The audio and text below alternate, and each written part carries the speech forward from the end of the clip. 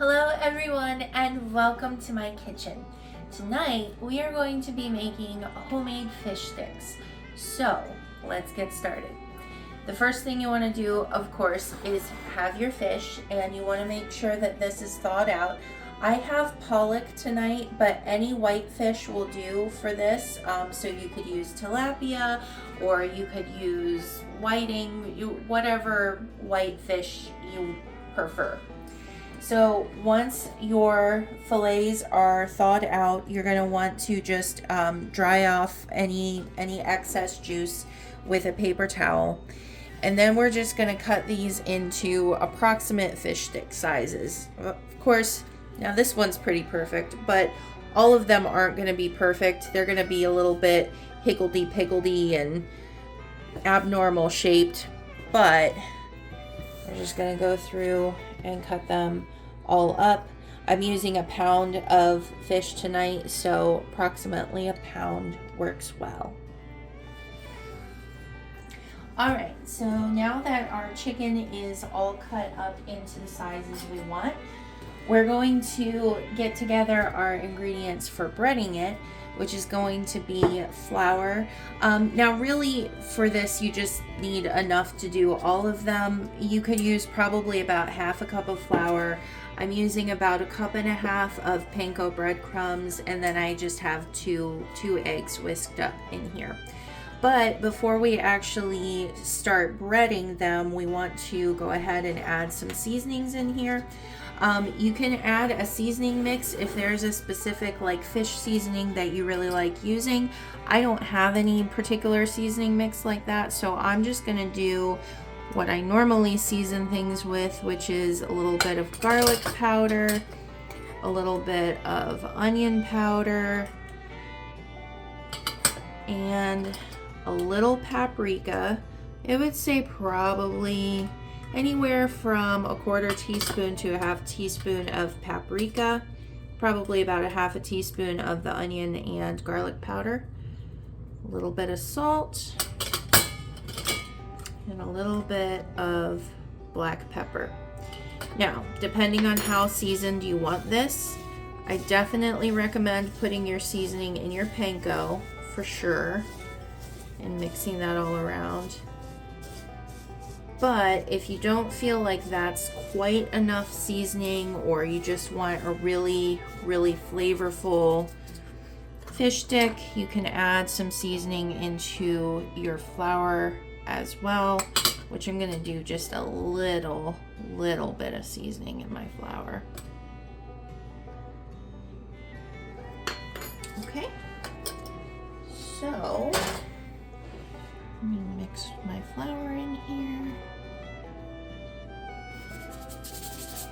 And then I like to have my bowls in the order that I'm going to do this. Also, a good tip is to use one hand for dry and one hand for wet to avoid getting a clumped up monster hand and getting all of your breading ingredients on your hand. Usually I end up forgetting in the mix of doing all of this, and I still end up with a monster hand, but you can try. So first thing we're gonna do with my dry hand is I'm gonna take my fish and put it in the flour. This is just gonna make it a little easier for our egg to adhere to it. So I'm gonna drop that in there with my wet hand, make sure that it gets coated well in my egg, and then dry hand again, cover that puppy up with some panko. And I am going to do that with all of this lovely fish, and then I'll bring you back to show you how we cook it. Welcome back, guys. So all of my chicken, not chicken, this is not chicken nuggets, fish sticks. All of my fish sticks are breaded now.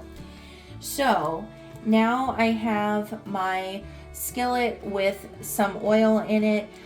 You don't need a ton of oil, you just need enough to, well, take a look. So you just need enough to completely cover the bottom of your pan and give you, you know, a little bit, like maybe 1/4 of an inch in there.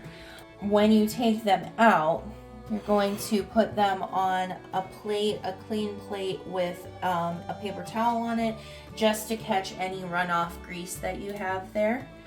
So you can kind of feel with your hand like I'm doing. And if you're not sure, which I'm pretty sure this isn't hot enough yet, but if you're not sure, you can take a little teeny one like this and drop it in there. Yep. If it doesn't start sizzling right away, it's not hot enough. Okay. But you can leave that guy in there. Alright, so my little test guy in here, you can see I've got lots of bubbles and everything going on here, starting to crackle a little bit. So this is my sign that my oil is ready. Normally I just gauge it by kind of how it looks and just putting in my hand. So if you can put your hand like closer and it doesn't feel hot, it just feels warm, it's not ready yet. When we put him in, it was warm, it wasn't hot. But now it's not unbearable, but it's hot if I put my hand here. So you want it to be hot before you put your fish sticks in. So you're just gonna lay them in there and let them cook until they're golden brown. So you want to give them a couple minutes on each side. I would say probably the entirety of your cooking time is going to be like 4 minutes per fish stick, so probably like 2 minutes on each side. But of course it's going to vary depending on how hot your oil is, etc. Basically, you want it to just have a nice golden brown crust. So I'll bring you back when these are finished so you can see what they look like. Alright, so here are our finished fish sticks, and they taste really good. They're nice and crispy.